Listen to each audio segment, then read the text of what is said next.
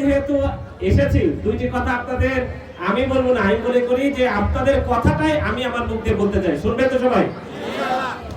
আমি এটাই বলতে চাই যে আমরা এখানে যারা উপবিষ্ট আছি, এই প্রত্যেক ব্যক্তির একটা আইডেন্টিটি আছে, সেই আইডেন্টিটি আছে আমরা প্রজাতন্ত্রের সেবক। আর আপনারা যারা আমার সামনে শুনছেন, তারা আপনারা আমার সেবা গ্রহীতা।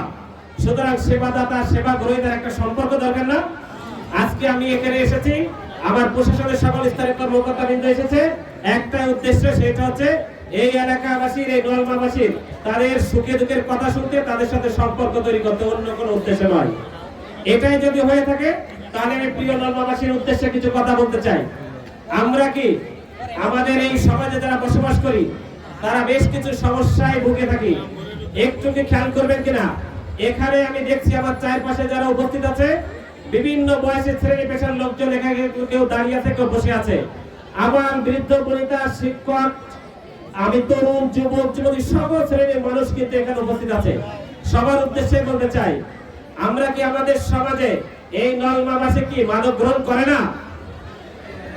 করে না?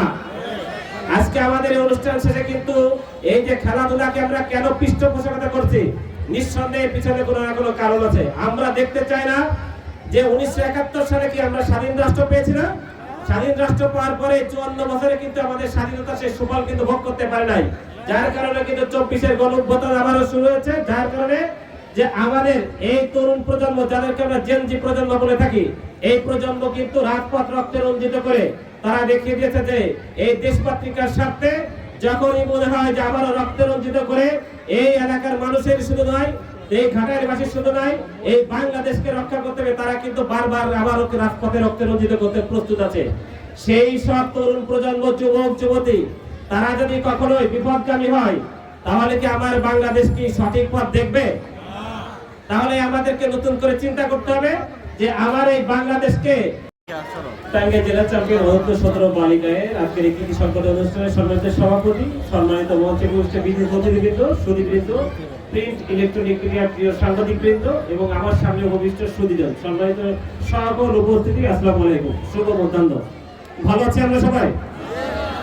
আজকে আপনাদের এখানে যে অধীর আগ্রহ, আমি মনে করি যে সবাই একটা জিনিস দেখতে চায়, এখানে প্রীতি ফুটবল যে ম্যাচটা আয়োজন করা হয়, সেই এই স্কুলই জাতীয় পর্যায়ে রানার্স আপ হয়েছিল, সেই কৃতি খেলোয়াড়দের সংবর্ধনা অনুষ্ঠানের শ্রদ্ধেয় ও সম্মানিত সভাপতি মহোদয়, উপস্থিত আছেন আমাদের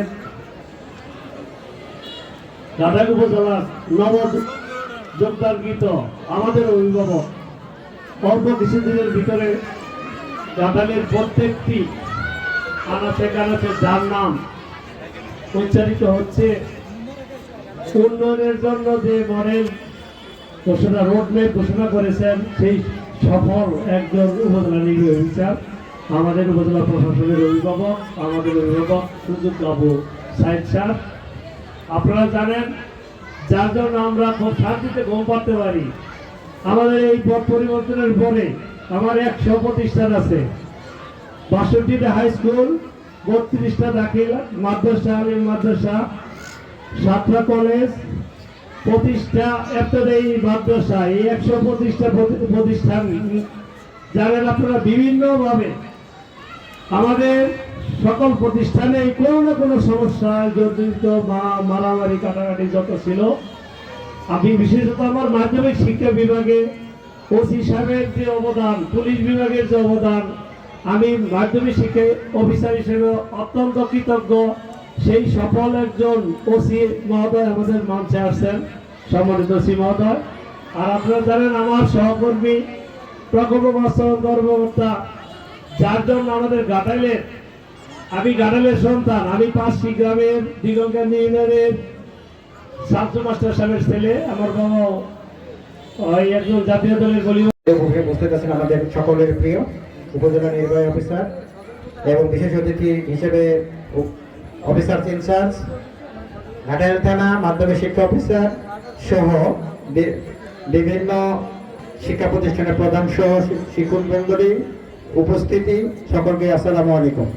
আমি স্যার দুটো বিষয়ে এখানে কথা বলবো। এই স্কুলটার একটা ঐতিহ্য আছে, যেহেতু আমি অনেক দিন থেকে এই উপজেলায় কর্মরত, বিশেষ করে খেলা প্রিয় একটা লোক, বিভিন্ন প্রোগ্রামে আমি এই খেলাকে এনজয় করি। আমাদের এই স্কুলের একটা অনেক একটা ঐতিহ্য আছে। এই ঐতিহ্যটা হলো 2022 সালে জাতীয় পর্যায়ে এই প্রাইমারি স্কুল লেভেলের খেলাতেই আনারা হয়েছিল, যেখানে যেখানে আমার যাওয়ার সৌভাগ্য হয়েছিল। সেই সময়কার প্রধানমন্ত্রী ওইখানে আমাদেরকে মানে আমাদের এই আনারা দলকে পুরস্কৃত করেছিল। ওই স্কুলেই আবার এইবারে ওই স্কুলের হেডমাস্টারকে হাতের ঐতিহ্য ধরে এবছর আবার আমরা জেলা পর্যায়ে চ্যাম্পিয়ন এবং বিভাগীয় পর্যায়ে আনারা হয়েছি। তা আমি বিভিন্নভাবে দেখেছি আমাদের বিভিন্ন এলাকাতে কিছু খেলোয়াড় তৈরি হয়। তাই আমি হেডমাস্টারকে একটা খেলোয়াড় তৈরি বললে ভুল করব না, কারণ তার হাতে অনেক খেলোয়াড় তৈরি হয়েছে। আমরা মোহামেডান সহ অন্যান্য যে দলগুলোতে দেখেছি, তার নেতৃত্বে বা তার তত্ত্বাবধানে আমাদের উপজেলার যে ক্রীড়া সংস্থান আছে, ক্রীড়া সংস্থান এখানে আমাদের আরো 2-3 জন সদস্য আছে, তারাও জানে। তাদের নেতৃবৃন্দতে এখনো আমাদের জাতীয় পর্যায়ে অনেক খেলোয়াড় তৈরি হয়েছে।